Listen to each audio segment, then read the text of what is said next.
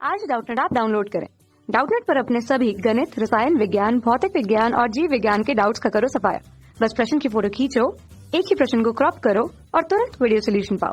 अभी डाउनलोड करें। क्वेश्चन हमारे पास है प्रकृति और कारण के रूप में। प्रकृति कहता है कि एक कांच के गुटके के भीतर एक वायु का उभयोत्तल बुलबुला बना हुआ है। अब यह बुलबुला अपसारी लेंस की तरह व्यवहार करता है। ठीक। कारण के तौर पर कहा है कि कांच की तुलना में वायु का अपवर्तनांक अधिक होता है। ठीक।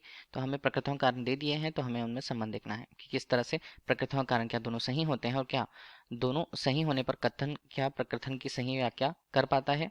ठीक है। या प्रकथन सही होता है किंतु कारण गलत, या प्रकथन कारण दोनों गलत होते हैं। ये सारे हमें चार ऑप्शंस में दिए हुए हैं। ठीक है। तो सही ऑप्शन का हमें चयन करना है। बोला गया वो कंडीशन हम ले लेते हैं। का गुटका हमने पहले लिया। ठीक है।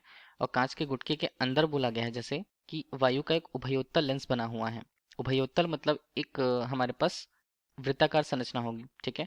वृत्ताकार संरचना को अगर हम यहाँ पर दो भागों में बांटें तो ये दो लेंस से मिलकर बना हुआ, इसमें उस संयोजन लेंस के लिए दोनों जो हिस्से होते हैं, ठीक है, दोनों वक्र जो होते हैं वो उत्तल होते हैं। ठीक है। उत्तल संरचना के होते हैं।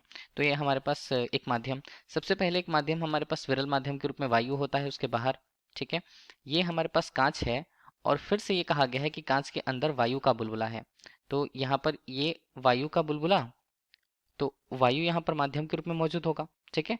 तो हम लेंस की तरह अगर बोलें तो ये बोल रखा है कि वायु का एक उभयोत्तल बुलबुला बना हुआ है, तो इसे हम दर्शा दें कि ये वायु का बुलबुला है।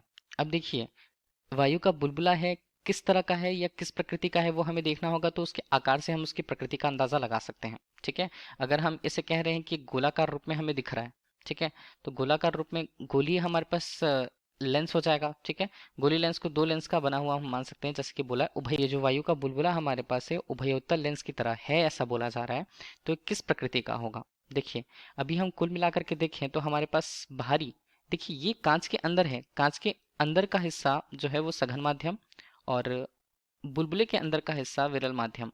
तो सघन माध्यम से विरल माध्यम में जब कोई प्रकाश प्रवेश करती है तो यहाँ पर उसमें अपवर्तन होता है, और यह अपवर्तन किस तरह से होगा, ये फैलेगा। ठीक है। अपवर्तित होकर के किरणें फैलने लगेंगी। किरणें फैलने लगेंगी मतलब प्रकृति किस प्रकार का, अपसारी प्रकृति। अपसारी प्रकृति हम किसे कहते हैं, जो प्रकाश किरणों को एक स्थान पर केंद्रित ना करके केवल फैलाए उसे, तो वो होती है अपसारी प्रकृति। तो वायु का बुलबुला जो होता है हमारे पास, जो उभयोत्तल लेंस की तरह दिख रहा है, उभयोत्तल लेंस की तरह कार्य कर रहा है, तो वो अपसारी प्रकृति का होता है, न कि अभिसारी प्रकृति का। ठीक है। तो हमारे पास ये गलत है।